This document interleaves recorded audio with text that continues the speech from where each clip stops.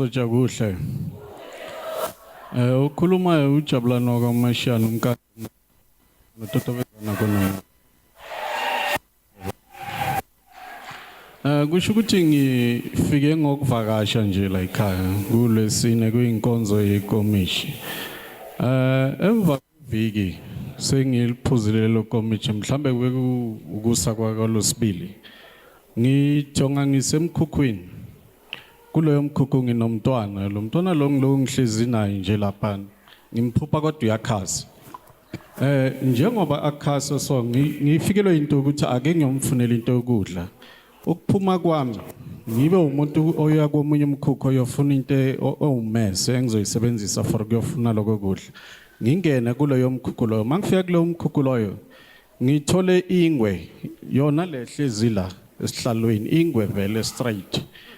Ngithole idla inyama yembuzi nje. Hawu, nama ngithi papa sengiphethe umlenze waleyo mbuzi leyo. Hawu, ngicake ukuthi ingwe ifunana. Thatha into enjengocelemba nje. Ngizama ukuyisusa kuyithusa ukuthi ingasondela ngakimi. Ngizama ukuyishaya, ingashayeki ingalimali futhi nokulimala. Soloko ngibaleka njalo ngaze ngabuyela kulomkhukhu lo kunomntwana khona. Uma ngingena ngivala umnyango, ingene la ngaphansi komnyango straight. Ingenele nje ingene iziphelele. Ukuphelela kwayo ngingasazi ukuthi kufanele ngenze ngithatha umntwana ngimbeke emva kwami, uma ngimbeke emva kwami umntwana ingwe na ize seyigijima kimi ngithakasele ihlale la celeni kwami nje.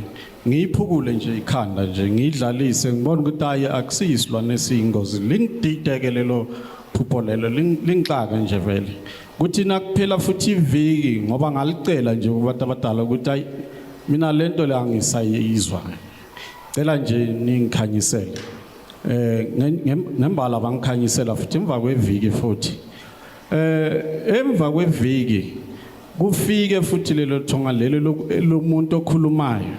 Lo muntu lo okhulumayo uthi lengwe le engiyibonile akusiyingwe umuntu ebekathunyiwe, umuntu omkhulu kabi lo muntu lo.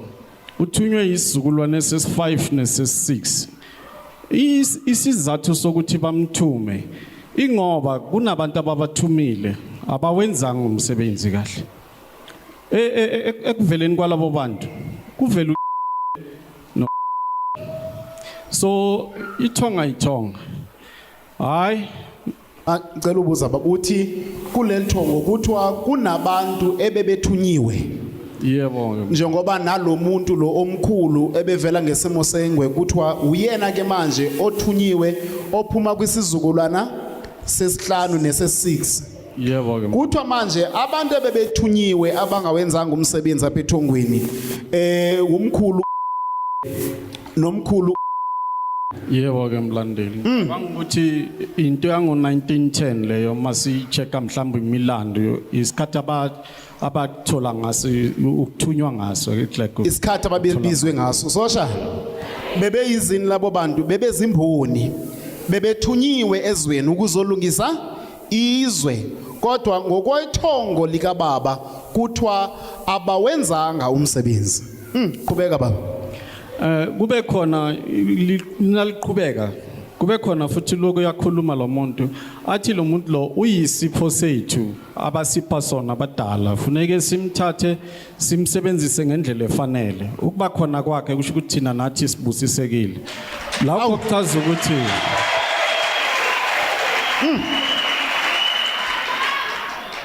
lokho kuchaza ukuthi emva kwesidi isikhathi kuba nemboni efana nobaba Radebe ezinye izizukulwane esiyilamayo zabo 60 mhlambe 18 something lasikhulumele nje le emuva kakhulu abanayo imboni efana nobaba Uzwi-Lezwe.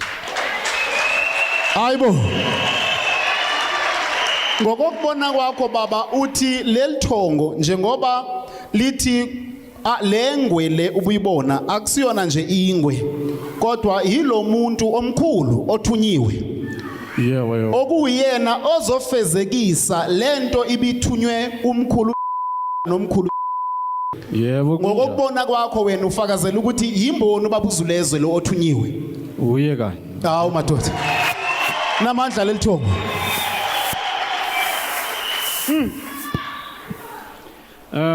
Phinde futhi emva kwamalanga thonge futhi ngithonga ngisendaweni nje ngiyazihambela kodwa kunomuntu engiloku ngikhuluma naye ngingamboni kodwa ithunzi ngiyazibona ziningi zona kodwa ngiyazihambela nje mina uma ngithonga ngabantu abazenza